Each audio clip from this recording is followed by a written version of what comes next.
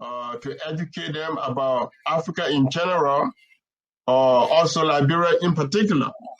I know we all have read books. We listen to speakers from here and there where they talk about, Pan-African struggle. But that Pan-African struggle today is embodied by you and myself, those of us that are still living, who have been inspired by our ancestors of the past, that we must see each other as one people and we must work together for collective interest. So if America, with all of its economic power, is finding it difficult to deal with this issue, then what about little country like Liberia, where, we are going through a whole lot of economic challenges, but we have to survive. We have to stand together to make sure that our people survive this coronavirus. So that's why we come in, that it is an emergency. This is not what SEWA is set up to do, to distribute food to people. That's not what we're supposed to be doing. But we are in a very emergency condition, on an emergency condition. As a result, we are making frantic effort to reach out to people everywhere to support our food drive in Liberia. And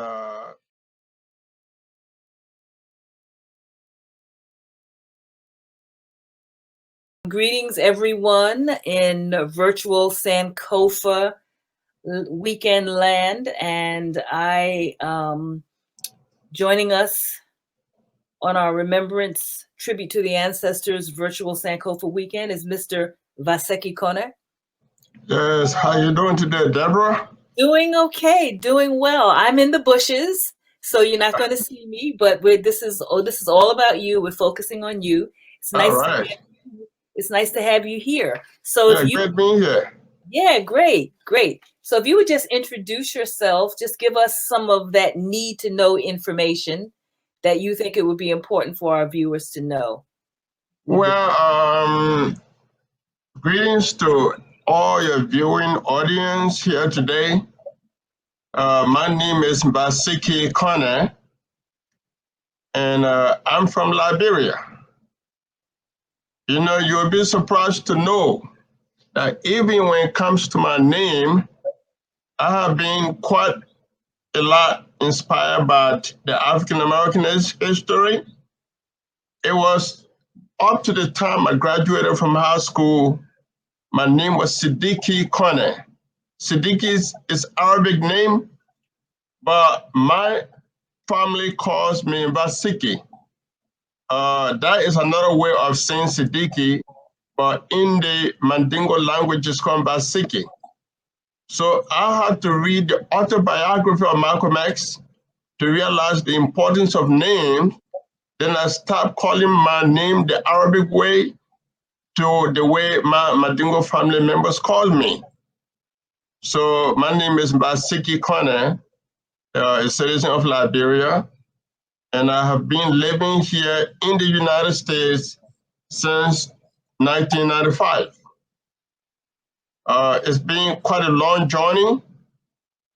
When the war started in Liberia, I left from there, went to the Ivory Coast.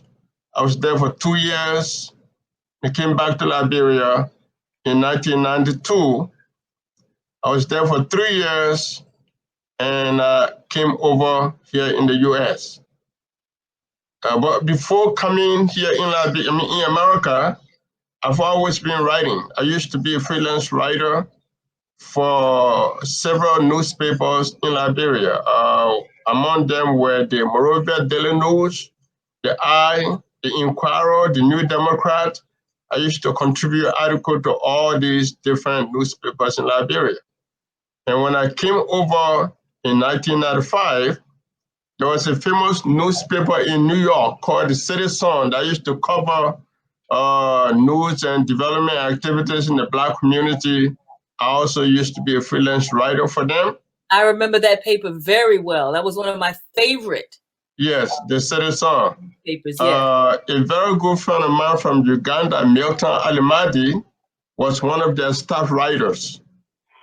There was also an art and culture newspaper that used to come out monthly called the African Voices that used to be published by my good friend Caroline Butt. He used to cover literature, fashion, all the different genres of art, that focus on African American experience. So I have been someone that is quite interested in the Pan-African struggle, and Pan-Africanism means that you can live in America, you from here, I'm from the motherland, but we all have to work together for collective liberation of our people. And obviously, many of you may not know the African continents to be liberated from the European colonial masters. It was not just done by Africans. There were a lot of African Americans that played a pivotal role. Africans in the diaspora, some from the Caribbean, some from the United States, and from different parts of the world that had to do a lot to free Africa from the European colonization. Among those that played a pivotal role in Africa's liberation was W.E.B. Du Bois. We all know Du Bois to be a very great personality in African American history. So that's just a little introduction of me to say that I'm Nvasekie Konneh, I'm from Liberia. And I'm glad to be here so we can have some very positive discussions about our collective experience as a people and spread across from Africa to the US and to other parts of the world. Okay, so one of your affiliations that we'll be discussing a little bit later is Sewa Liberia. So I just wanted to bring that up. But before that, so you are from the Republic of Liberia in West Africa. If you can give our listeners a brief overview of Liberia from historical and current from your perspective. Well, Liberia has a very, very rich history. Before the settlement of African Americans in the 1800s, there were the Portuguese, the British, and other Europeans that traveled around there. They interacted with the native Africans they met on the land. But later on, the settlement of Black people from America started. And I've often said to people that Liberia is an extension of African American history, even though Liberia may not be focused on a lot when we're talking about Black History Month. But I think Liberia is supposed to be considered one of the crowning achievements of Black struggle in America. Okay, because there was a time in American history when the slavery was abolished and you have free slaves up north and you still have segregation down south. Some Black people, some white people believed that they couldn't share United States with free Black men. So there were a lot of discussions as to what do we do with Black people in America.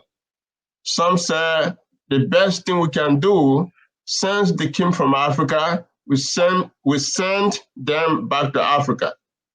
Okay, it is from that discussion that the idea came about to transport Black people to Africa. Though that idea did not, it was not welcomed by all Black people in America, but those that were in favor of it decided to take the journey. There was a rich Black man called Paul Coffey.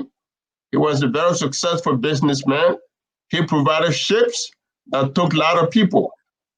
So over time, a lot of Black people started going to Liberia, to what became Liberia, because there was no country called Liberia prior to the establishment of the nation by Black people from America. All right? So the settlement started around 1821. From 1821 up to 1847, the American Colonization Society was the one that was in charge of Liberia. They provided leadership, they provided assistance to the settlers and things like that. All right? But unfortunately, when a settler got there, in the African tradition, lands were not purchased. at that time. If you come, you settle, you talk to the people, the chief, they gave you a piece of land to settle on. That was the tradition in Liberia, in the part, the land that became Liberia. Okay, but when the settlers came, they introduced this system. They said, okay, I purchase the land is mine. So that created some problem between they and the settlers. So there was some fight.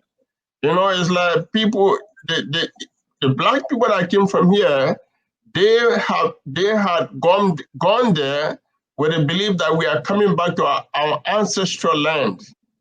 But for being separated from Africa for many, many centuries, or maybe 2-3 centuries, and coming back now, they were like total stranger. So the initial relationship was not as cool as it should have been. But however, they were able to settle.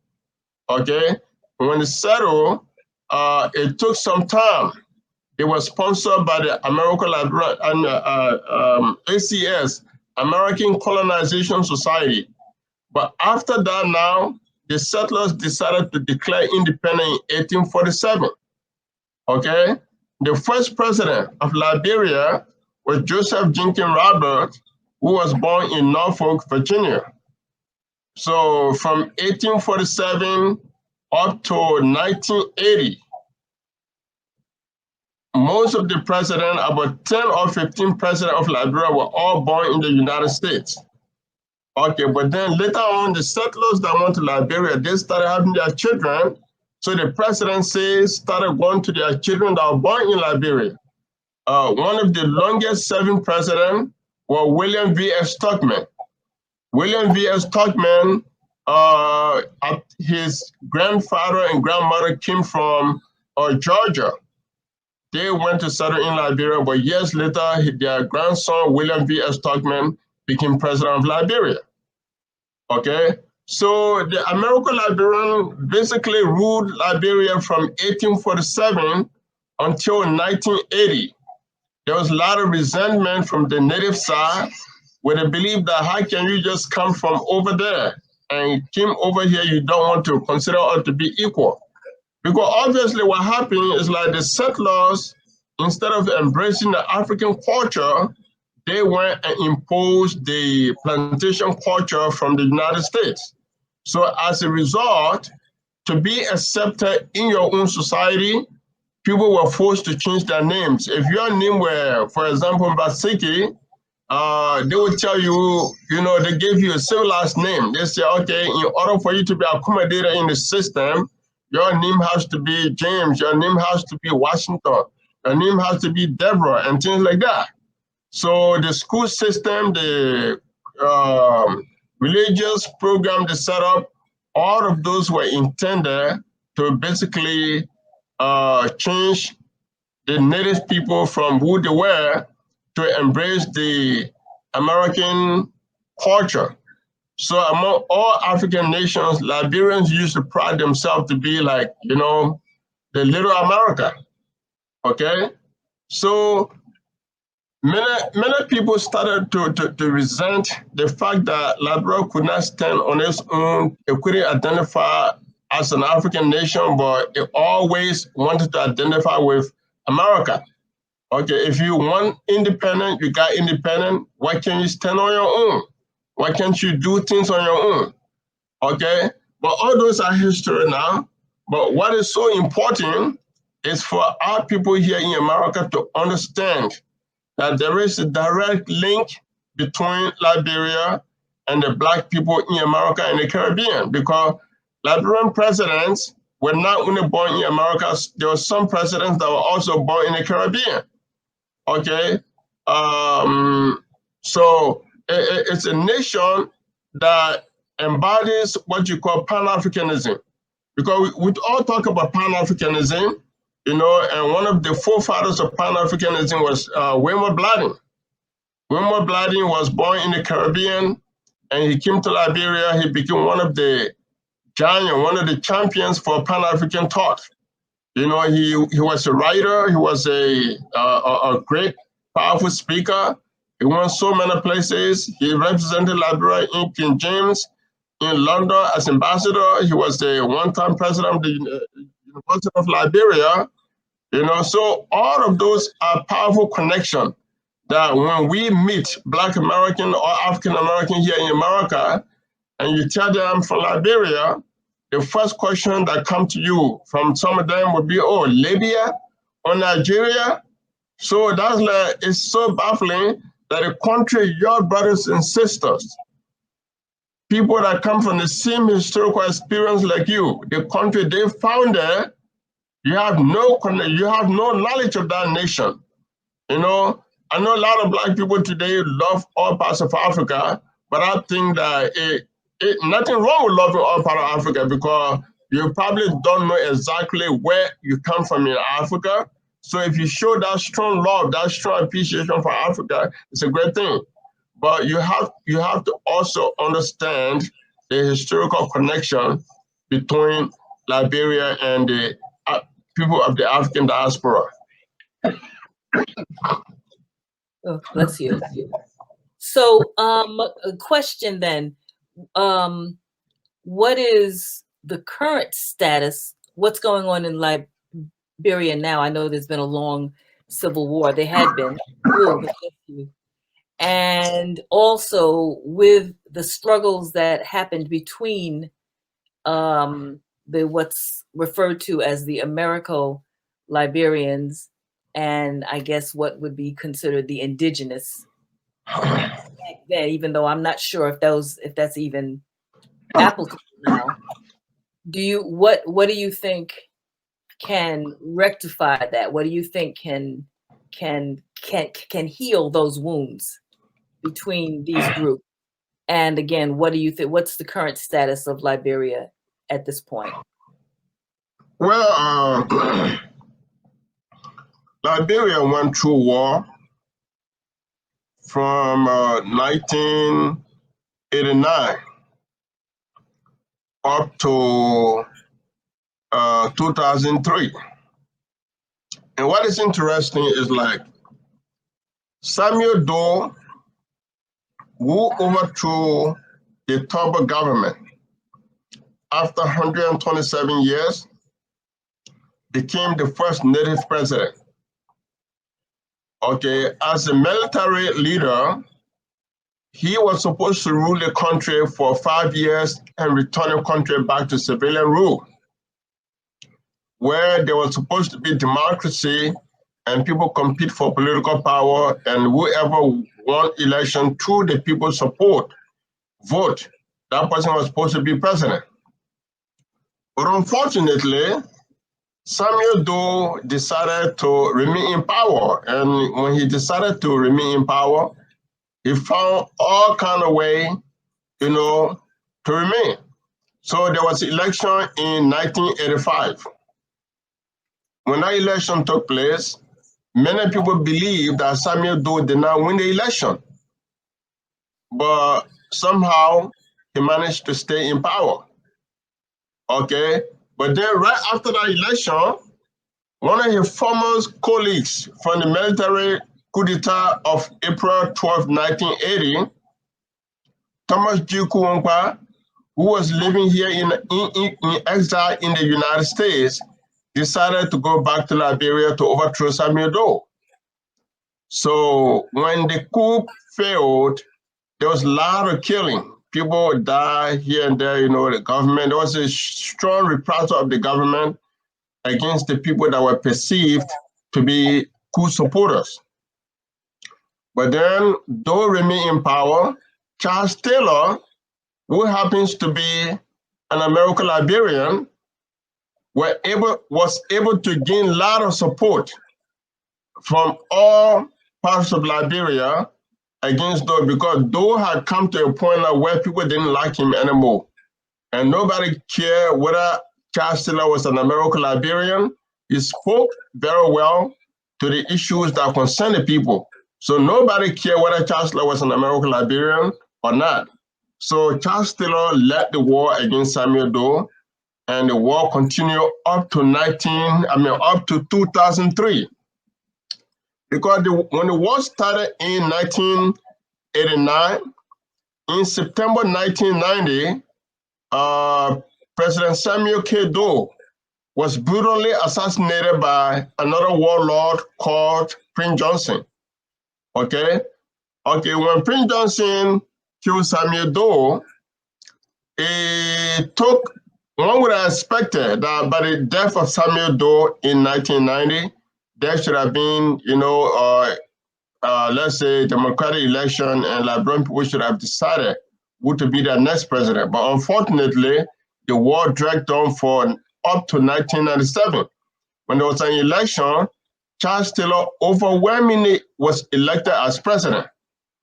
So if he is a descendant of American Liberian, and he was overwhelmingly elected by the Liberian people in 1997, it simply means that Liberian people didn't care about whether, he was American Liberian or he was a native Liberian, but at that particular point in history, he was elected. But unfortunately, as a president, we all know the history of Charles Taylor. He spread the war around the sub-region, carried the war to Sierra Leone, extended the war to Ivory Coast, and even Guinea. He wanted to become a kind of the king in the West African sub-region. But unfortunately, that things did not go well for him. And Charles Taylor was removed from power in 2003. Okay, then the first election, democratic election happened in 2005. Okay, so in 2005 election, Madam Ellen Johnson Sirleaf, who became the first female president in Africa, she was elected for 2 terms from 2005 up to 2017. When the next election that took place in 2017, that brought into power George Weah. For most people that may know George Weah, he's an international soccer player. He played for the national team, played for quite a number of European teams, and became the world best player. He got a whole lot of accolades for his prowess as a football player, and he's loved by the people in the country. Then the election in 2005, he came second. 2011, he came second. Then 2017 election, he was elected the president of Liberia. So currently, he's the president. And interestingly, indeed, his wife, Clara Duncan Weah, is from Jamaica. And what is so symbolic about that is that Marcus Garvey, who is a very renowned African diaspora history figure, who wanted to go back to Africa, wanted to take all the Black people back to Africa, but did not succeed, did not visit Africa in the first place. But one of his country persons is the first leader of Liberia today.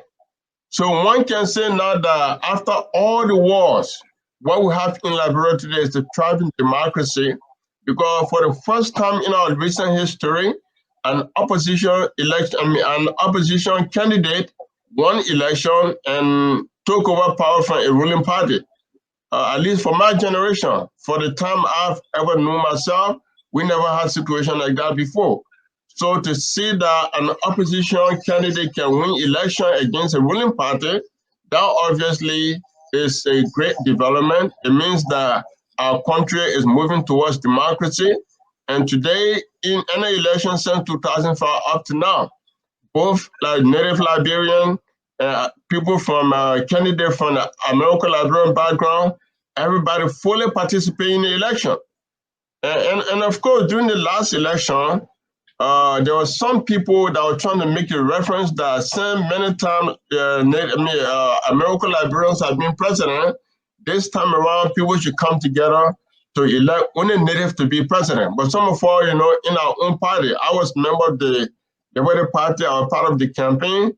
We traveled all around the country. We were supporting Charles Bromskin. Charles Bromskin, the late, he just passed away not too long ago. He was a descendant of American Liberian. Okay, so we supported him. So Liberian today, we have democracy, and the relation between the quote-unquote native and quote-unquote American Liberians is as smooth as it should be. We are all Liberians now. There's no distinction between us because obviously the people that left from America to go and settle there, they are all dead. So all the American Liberians you see today are not newcomers. They were all their grandfather or father were born in Liberia and they were raised in Liberia and they themselves were born in Liberia. So to say now that I'm a native Liberian, we're going to discriminate against other people because they're African American, they're this and that is not there anymore. So that kind of discriminatory practice in politics, economic, and so within the society as a whole were abolished with the 1980 coup.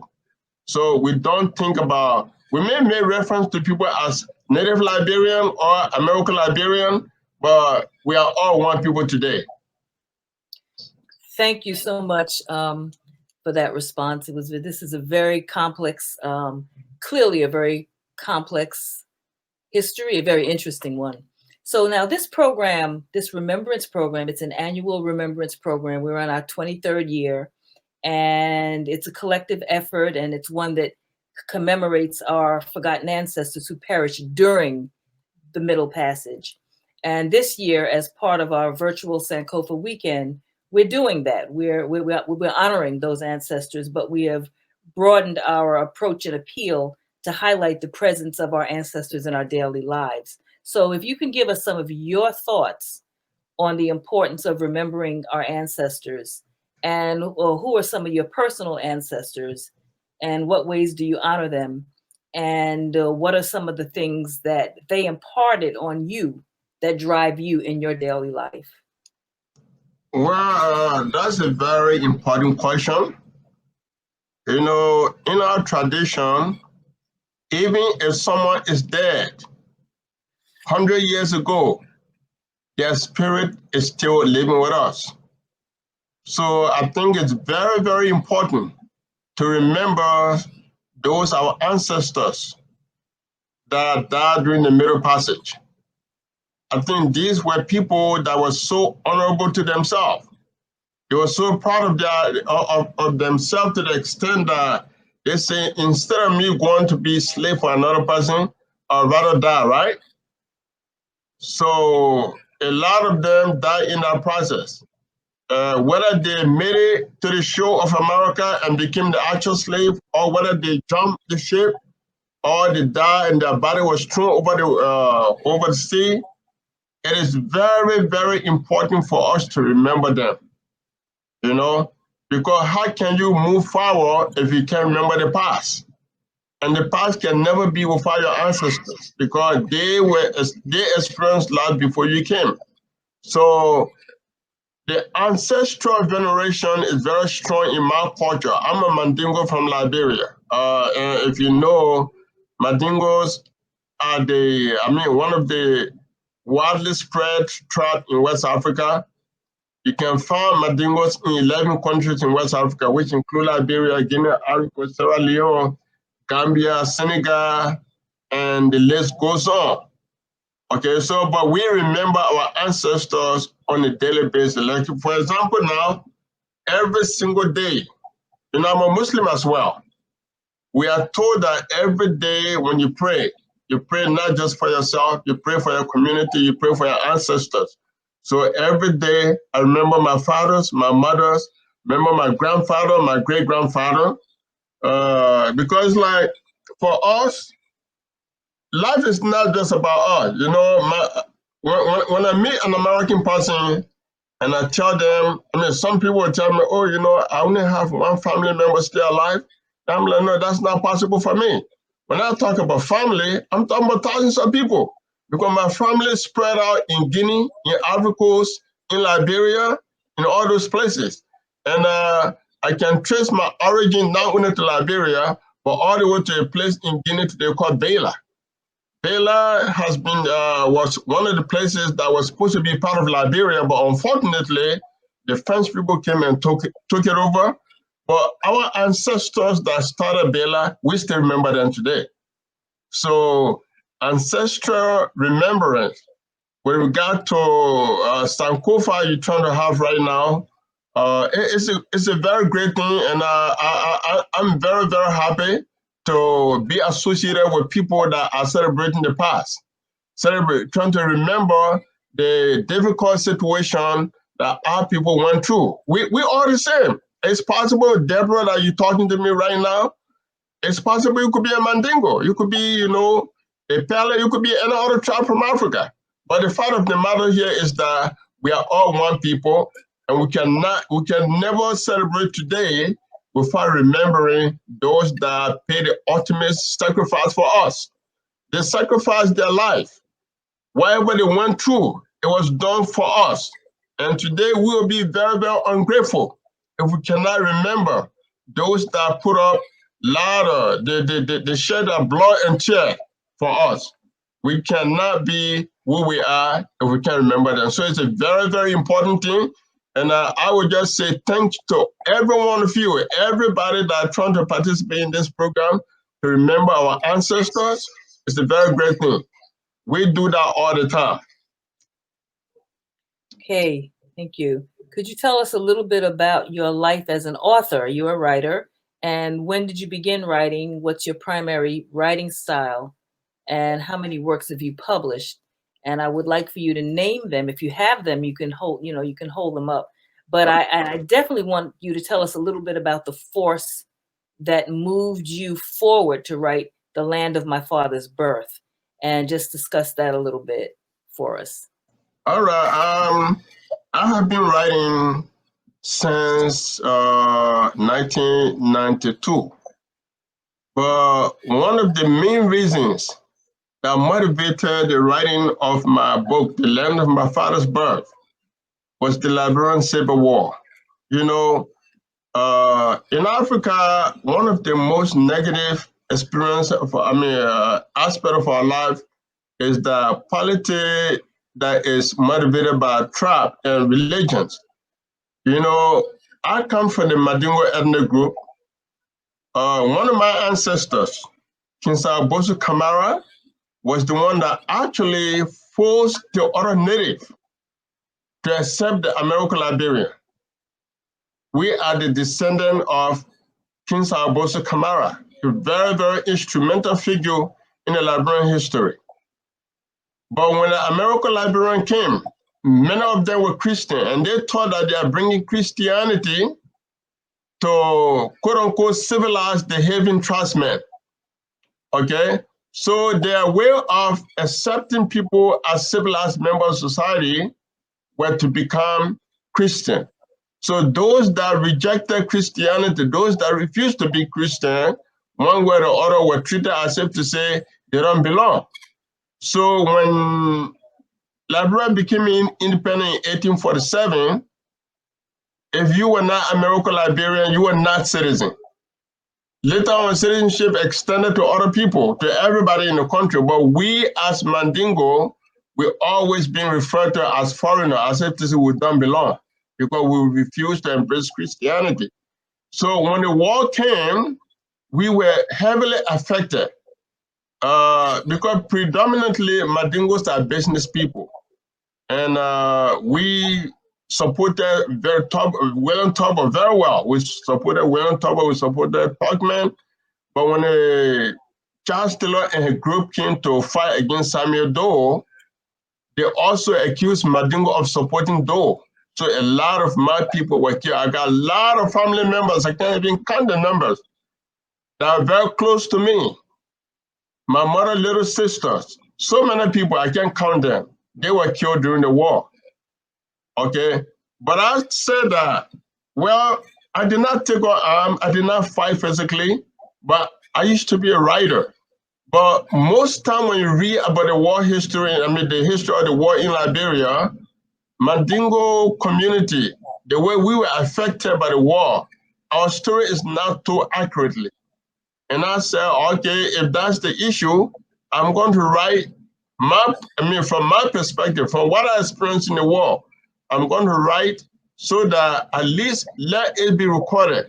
what we went through as a result of our ethnicity and religion.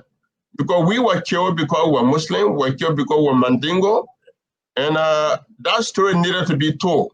So my book, The Land of My Father's Birth, is a memoir of the Liberian Civil War. It talks about the war from different perspectives, but at least it also highlights the fact that we as Mandingo people were predominantly killed because of our ethnicity.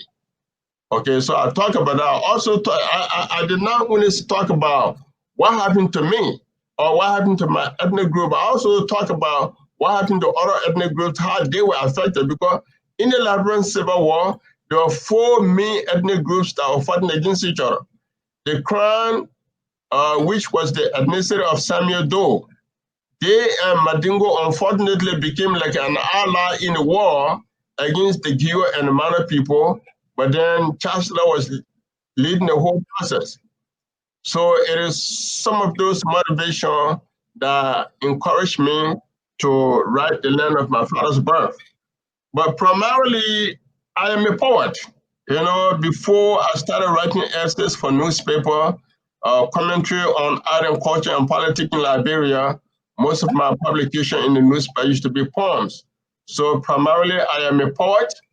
Then I have a memoir, which is written like an essays, and now I'm working on another book, which is called War, Peace, and Love. This is a collection of short stories, poems, and essays. So my primary writing style has been poetry, but I extend into other things. Hopefully, in the future, I'm going to write a novel. So I'm inspired by my experience to write the way I'm writing. I'm hoping that I read from you last night that you already ordered two of the books. Let me show you 2 copies. Okay. Yes, I did, in fact, order 2 of the books, and I'm waiting for them. All right. So this is the Land of My Father's Birth, a memoir of the Liberian Civil War. And this is The Love of Liberty Brought Us Together. Okay, so I think I've told you a little bit about the land of my father's birth. Let me tell you now about the love of liberty brought us together. Okay, the love of liberty brought us together is simply talking about the relationship between the native Liberians and the American Liberian settlers. Because when the settlers got to Liberia, what they considered to be the motto of Liberia was the love of liberty brought us here. So for many native Liberians, that does not include them. I mean, that is still the motto today. Up to today, we still have the love of liberty brought us here. But intellectually, politically, it has been one of the major points of debate over the years. People saying we need to change the motto to something that will be inclusive of all Liberia. Whether you came from America or you came from any part of Africa, we're all one people. Okay, so this is my way of suggesting something to my fellow Liberians that if we're not satisfied with the love of liberty brought us here, we can choose the love of liberty brought us together. That is how, I was inspired to write this poem. And this poem was written during one time when we're celebrating the independence of Liberia. So fortunately, it became the title of my 3rd book. But my first book, it's a book of poetry. When September 11 happens, I was conflicted. I'm a Muslim. It's like for most Americans, they were thinking that, or the saying was that America wants to destroy Islam. And for most Muslims, they were also they believe that most Muslims used to think that America wants to destroy Islam, and most Americans used to think that Muslims want to destroy America. That was the conversation. I had that conversation with quite a number of people in my classroom at the Delaware County Community College. So the conversation around that time encouraged me to write a poem, Going to War for America, which is talking about my own personal experience as a Muslim enlisted in the U.S. military. But at that point, America was fighting war against leadership from predominantly Muslim countries like Iraq. Okay, so my experience from that situation gave me the motivation to write a poem called Going to War for America, talking about how I came to America in search of opportunity. Now I have to enlist in the military in America, and as a military personnel, I'm fighting against, people from my religious faith. So where my loyalty lies, should I consider myself to be a Muslim? Should I consider myself to be an American? Because I'm serving the U.S. military, I have to obey the orders of the U.S. military which I was serving, even if it is fighting against a Muslim rulers in different parts of the world. So that became the title of my first book of poetry, Going to War for America. Then the second one is The Land of My Father's Birth, a memoir of the Liberian Civil War. And now the third one is The Love of Liberty Brought Us Together. How, if any of our viewers are interested in obtaining any of your publications, how can they get them? Are they still in publication? Well, the only way to get the books right now is through Amazon. I think we all know about Amazon. Many people nowadays, if you're looking for a book, if you can't go to the bookstore, I think Amazon is just there. So if you click on Amazon, or Barnes and Noble, the books are available there. I have my own page on Amazon. The moment you put my name Amazon or even any of the book's name, it's going to pop up. Okay. So I encourage people, whenever I have the opportunity, I encourage people to go on Amazon and look for the book. It's available right there. Okay, great. So, we absolutely hope that you grace us with a few of your poems. But before that, let's discuss Sewa, Liberia. Now, that's actually where I originally met you, through Sewa, Liberia and SRDC. But Sewa, Liberia through the very dynamic Mrs. Louise Sewa, who is the executive director of Sewa, Liberia. Sewa. Yes. So if you can just tell us a little bit about that, what's the mission, what's your involvement, and what kind of projects is Sewa currently? Well, all right. Thank you very much. Sewa, in terms of the literal meaning of the word Sewa, it means for the sake of the soil, for the sake of my nation. That's what it means. In the traditional language of the Gio people, and Miss Louise is a Gio. All right. I met Miss Louise in 2014. We had gone to Atlanta, Georgia to participate in the election of UNICO leadership. UNICO is the United Nimba Citizen Council. Ms. Louise and I are from Nimba County. So though we belong to different ethnic groups, like I was saying before, his whole ethnic group and my group were fighting against each other in the war. But since the end of the war, we all have been trying to bring our people together. And we have to work across the ethnic and religious line. It's always been an interest to me to not only work within my own community, but to find commonality with other people. I work with the principle of we are all Black people, we are all Liberian. So we should at least overlook ethnicity and work together as one people. So during that election in Atlanta, I met Ms. Louise at the time she was serving in the government of Liberia. We became very good friends, and she told me that she has an organization. I think after the election in 2017, the government she was serving, that government, the party was defeated by the current administration, but that has not slowed Ms. Louise. Ms. Louise should be living retirement here in America, but she's saying that if I'm in America, I'm sitting home, I feel lonely. I feel like I got nothing to do. You know, maybe all the best America wanted from me, it has gotten out of me. So I feel useless when I'm in America. I'd rather go home, you know. So she decides to move in Liberia. She's back and forth. She's there one day, she here another day. Okay. So we decided to team together to help our people. Our people in Liberia, because of the war, they need so much help.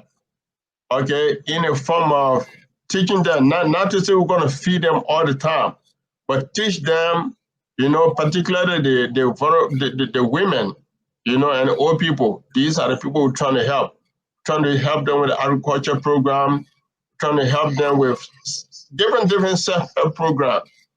But the main programs we are in partnership with SRDC to do in Liberia right now is to build a national library. When we attended SRDC conference in November I think November 2018. Yes. In Maryland, Baltimore, Maryland. In Charleston, South Carolina. Yeah, before Charleston. Oh, yes, that's right. Yes. Yeah, we went to Maryland. Yes. We talked about it there. Yes. And the following years, we attended SRDC program in Charleston, South Carolina. The library was highlighted. I think we had someone from the Liberian embassy that represented the government of Liberia, and we had two other persons from the National Archives of Liberia that also came as part of the program. We all talk about the collaborative partnership between SEWA and SRDC.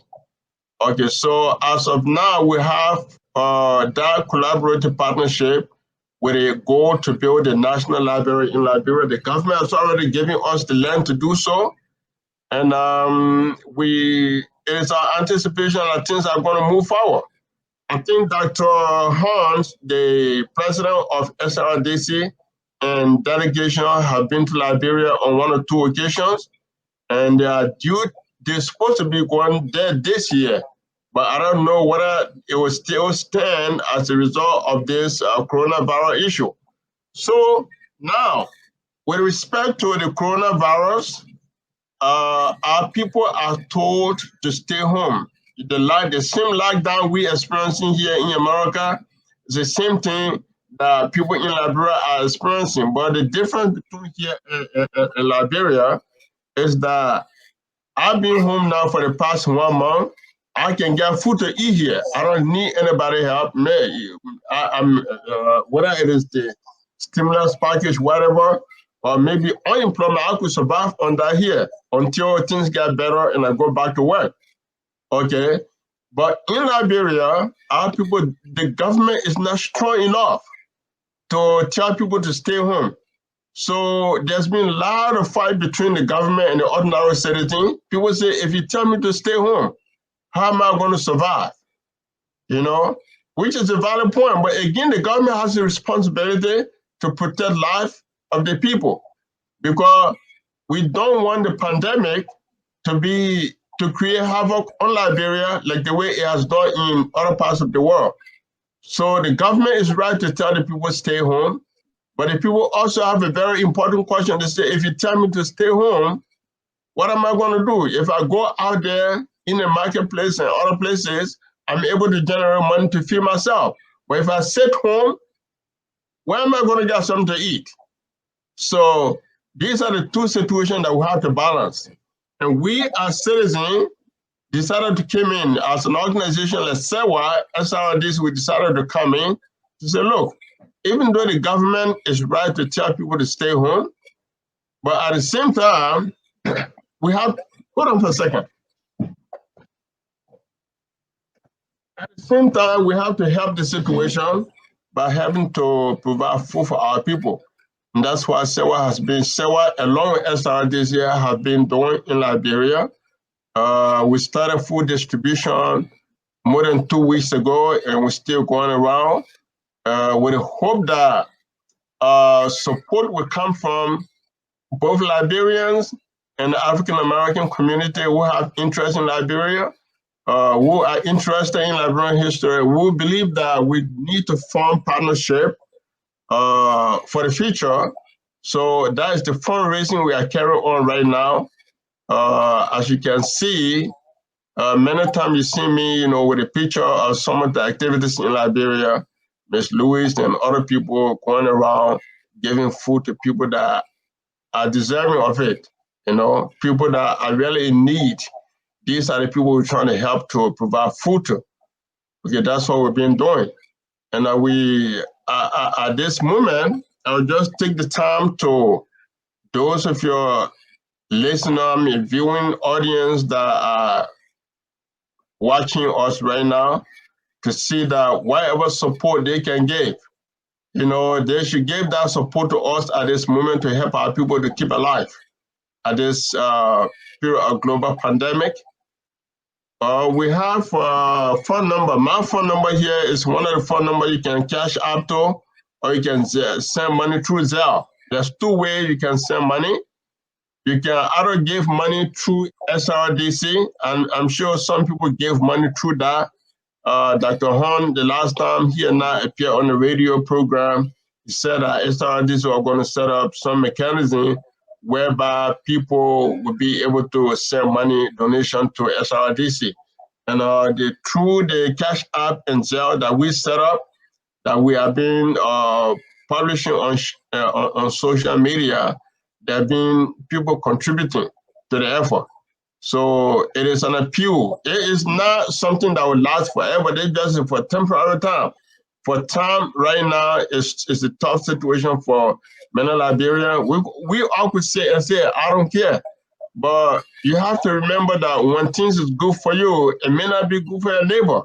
And you always have to show, to extend your helping hand to help other people to overcome challenging situations.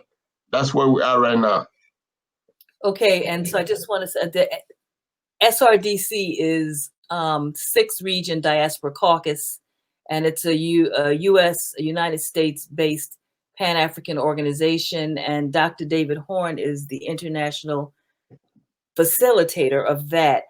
And I think Nvasekie, can people go to your Facebook page and get information about this, or where can they I know there's a SEWA site. SEWA has a website, and if you go on my page, my name is Nvasekie. You can do a search on social media, you're going to find me.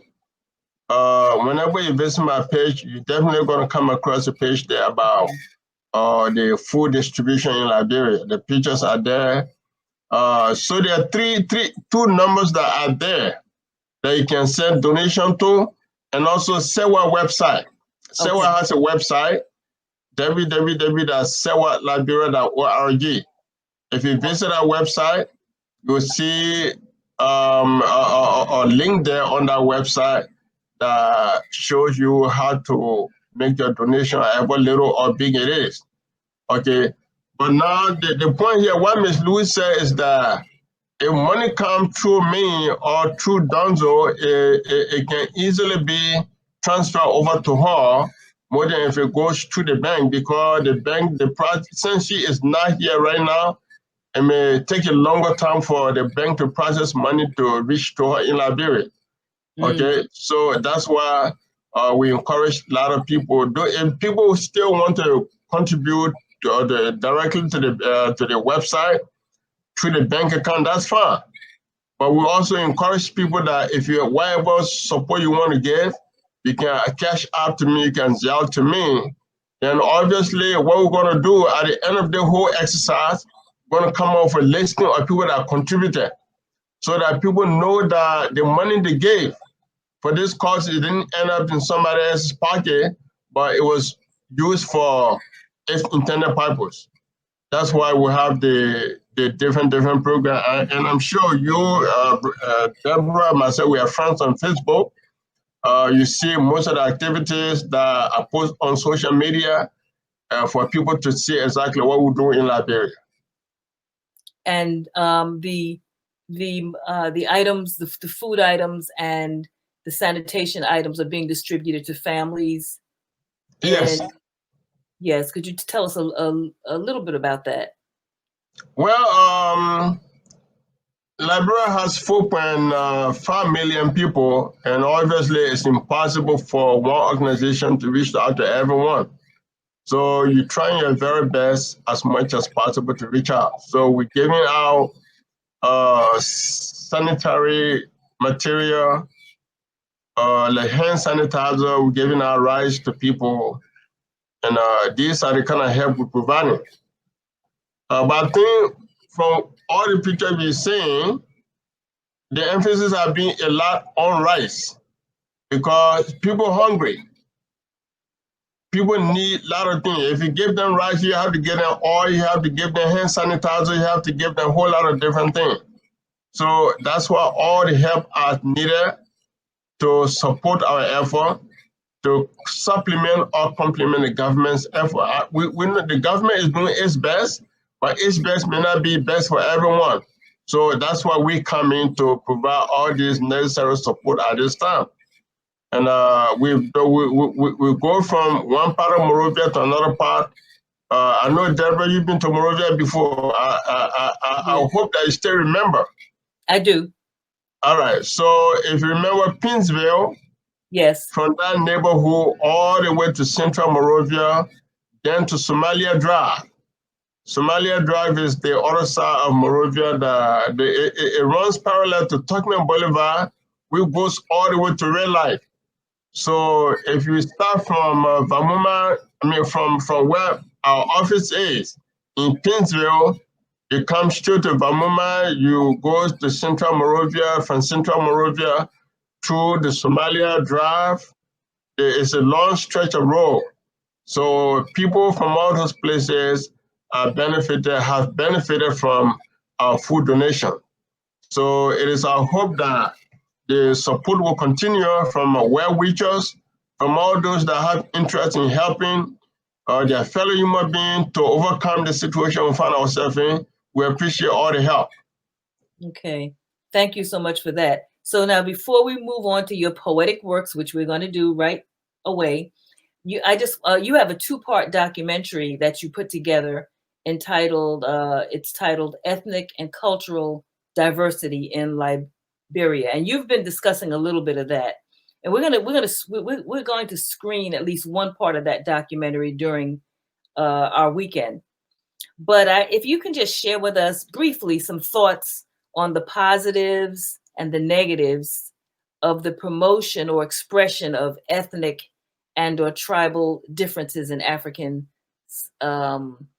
culture and societies, if you can understand the question. Yeah, I do understand. And I think when I talk about today, how one ethnic group or the other were affected by the war, yes, is that, ethnicity should be celebrated by all of us. No one should, if you celebrate your ethnicity, nothing is wrong with that. But when you use your ethnicity to exploit other people politically and economically or socially, that's where everything goes wrong. Okay, so if you live in a society like in America now, the African American have their own experience to celebrate that.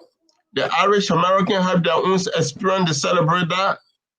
Different groups that came from different parts of the world to make up the United States, people have different celebrations.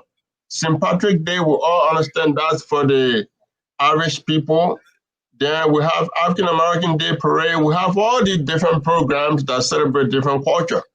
Okay, and I think it should be the same thing in Liberia. That's why I got a motivation to talk about ethnic and cultural diversity. And if you see the video from Monrovia all the way to Nima County, you see that we're trying to initiate conversation with people across the tribal and religious line so we can all understand. And one of the speakers in the first part of the documentary, Dr. Emmanuel Buya, is a former Minister of Information. He gave a lot of history about Liberia that would be interesting to to the members of your organization. He lay out everything that people should know.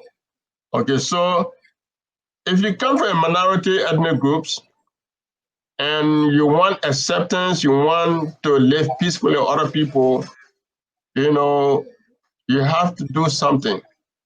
That's why I decided to travel from here all the way to Liberia, to go in some of the villages beyond Monrovia, to talk about how we need to disregard our tribe, not in a negative way, but we have to be able to accept each other as Liberians. That's the only way we can build Liberia, because even after the war, there's still some level of misunderstanding between members of my ethnic group and other Liberians, because the war is still fresh in people's mind. People are still finding it difficult to forget about the war. Like in Nima County, the county I'm from, we still have some unresolved issues over land, because when the war came, my people fled Nima County because of the war. Up to today, some of the people have not gotten their land back. So we still have a lot of unresolved issues. But I said, despite all of that, I would take my time to promote ethnic and cultural diversity in Liberia. We make everybody feel like we all belong. That is the theme of that documentary, which is obviously inspired by the land of my father's birth, my book. Because if you read the book, I don't express any ethnic chauvinism in the book. I don't express any ethnic bigotry. I'm trying to go against all of that. I've been inspired over the years a lot by Malcolm X. When I read his autobiography, it really, really, really changed my mind about a lot of things.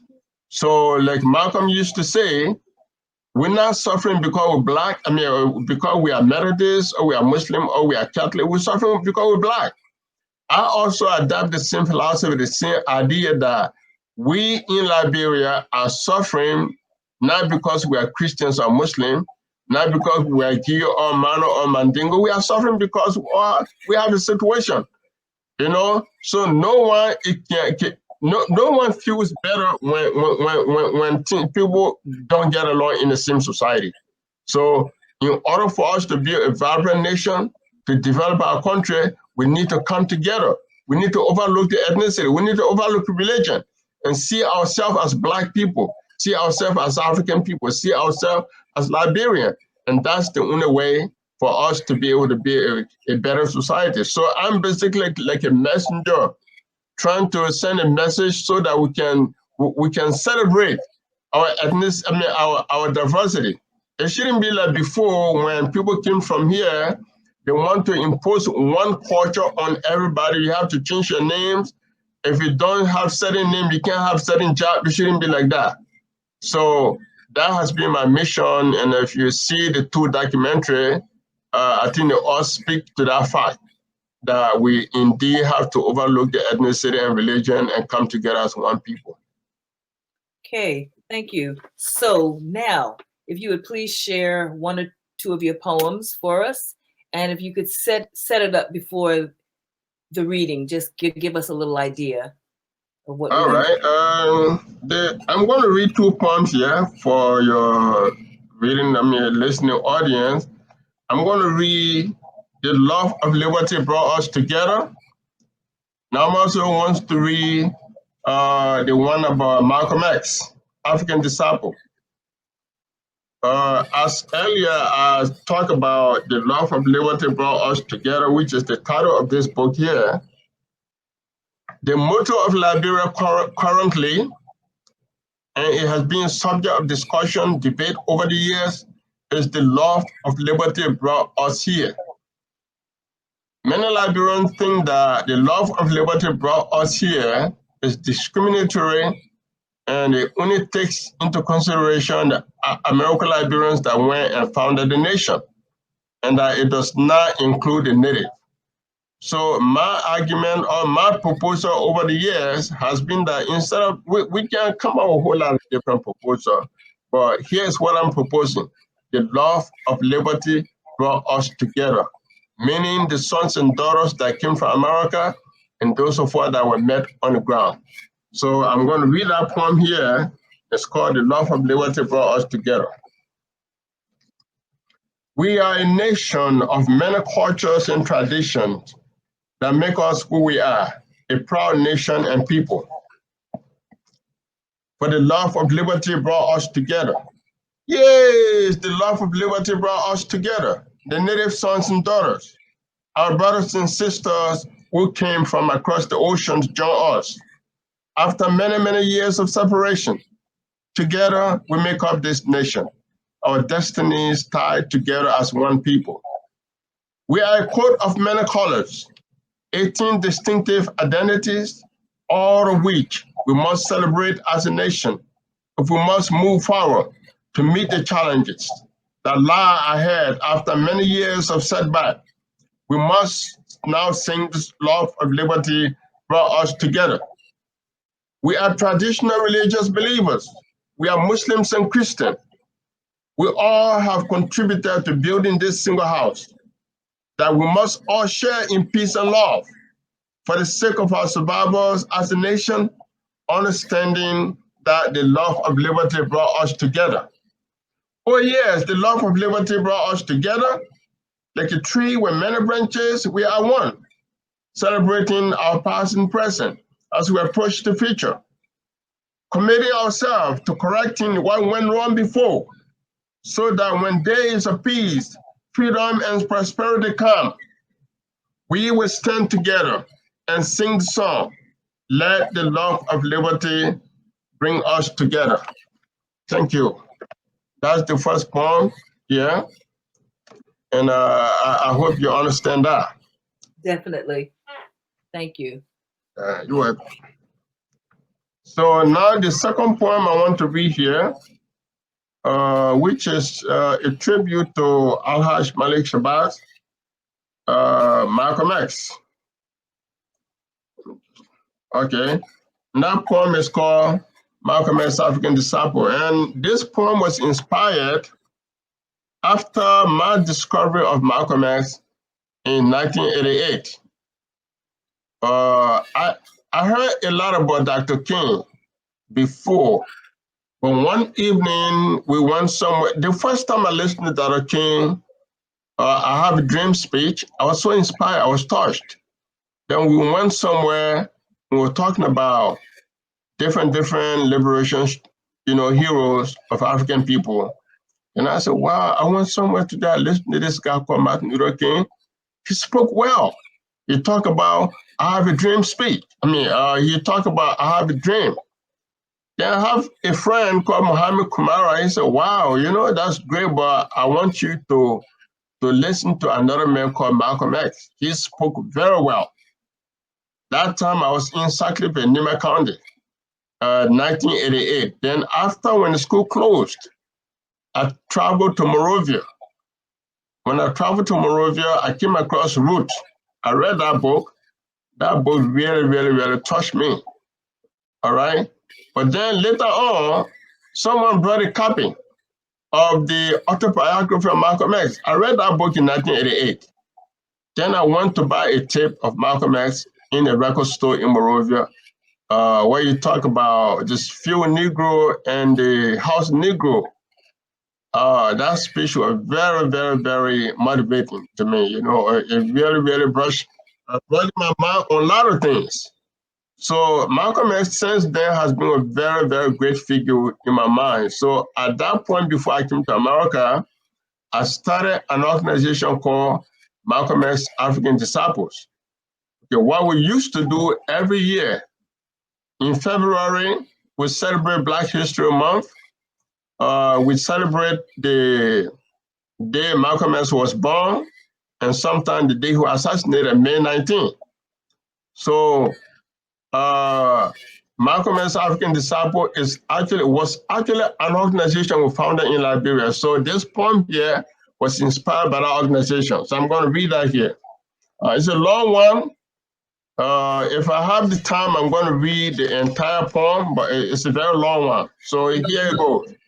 Yes, read the entire The entire reviewed in Harlem, Chicago, Detroit, Washington, D.C., Los Angeles, and received in the motherland as a power book of universal African experience.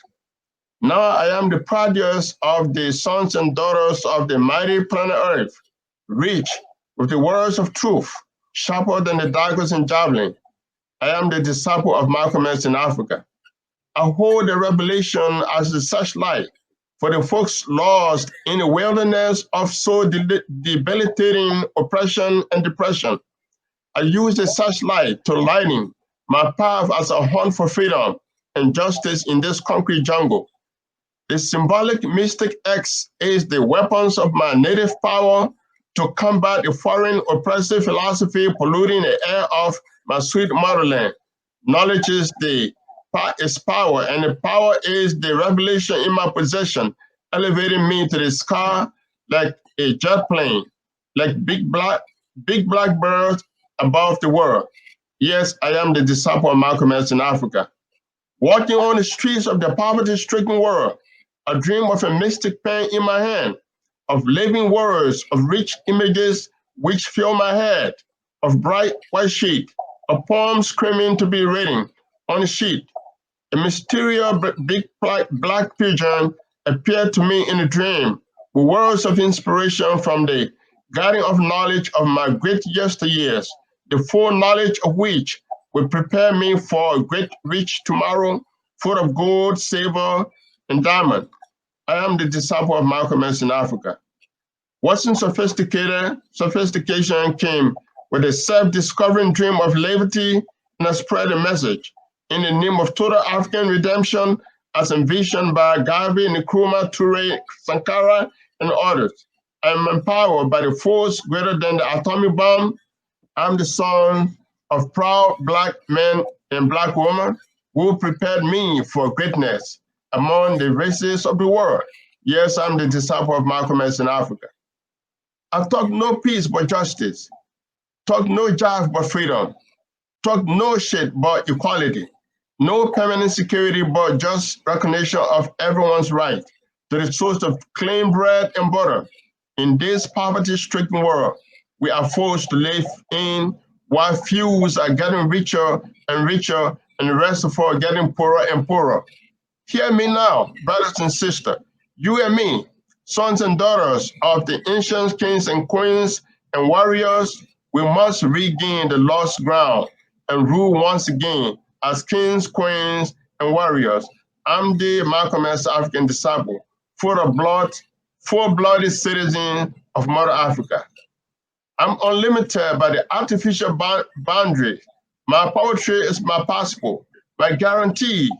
So ask me not for any passport and erect no gate post in my path. For I am the bulldozer to bulldoze all the gate posts flat to the ground. I'm a freedom citizen, freeborn citizen of a liberated nation. Need no policing of my activities, or I will spit in the ugly faces of ugly beasts of terrors and turn their dirty brains around for positive education. Brothers and sisters, embrace me as I embrace you in the cause of genuine liberation of castrated masses of people from the dungeons of hypocritical madness. Understand me, I've got the solution and the resolution as directed by the revelation crowned with the mystical symbol of X, a Malcolm X African disciple, the disciple of black pride to neutralize the black shame, a black sunrise to neutralize the black darkness, black love to regenerate black life, and black spirit to rekindle black fire, black understanding for black unity, black preparedness for black economic liberation, and black truth to neutralize white lies and hypocrisy. I represent the black sun, the black moon, the black stars, and I'm the black lightning which strike is fear by those who want to hold us down forever. But we are a star that will shine brilliantly to announce the dawn of a new black century. Very, very nice. Very powerful. Thank you. Yes. Do you have any parting thoughts for us? Well, All I want to say that I'm very, very happy to be here. You and I have met just once, and I think we are building a strong coalition of Africans and African Americans for a greater cause. So we are committed to working together to carry on the projects that we have already envisioned, which is one of the major projects we are collaborating on, meaning that those of us from Liberia and those of you that are here, we trying to work together to build a library. But while we're still working on that, that is still a plan. We have an emergency situation right now, which is the pandemic, the coronavirus pandemic. You know, one thing that's quite interesting is that way before, I mean, a few years ago when Ebola struck in Liberia, Guinea, and Sierra Leone, the sickness did not travel to other countries. It was contained in those three countries, though many of our people died.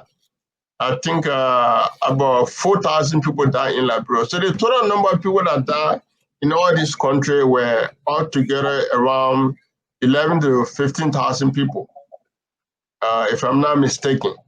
Okay, but this time around, coronavirus did not start in Africa, you know, because people have a whole lot of negative things about Africa. When you say you're from Africa, you know, nothing flashes in people's mind other than something negative.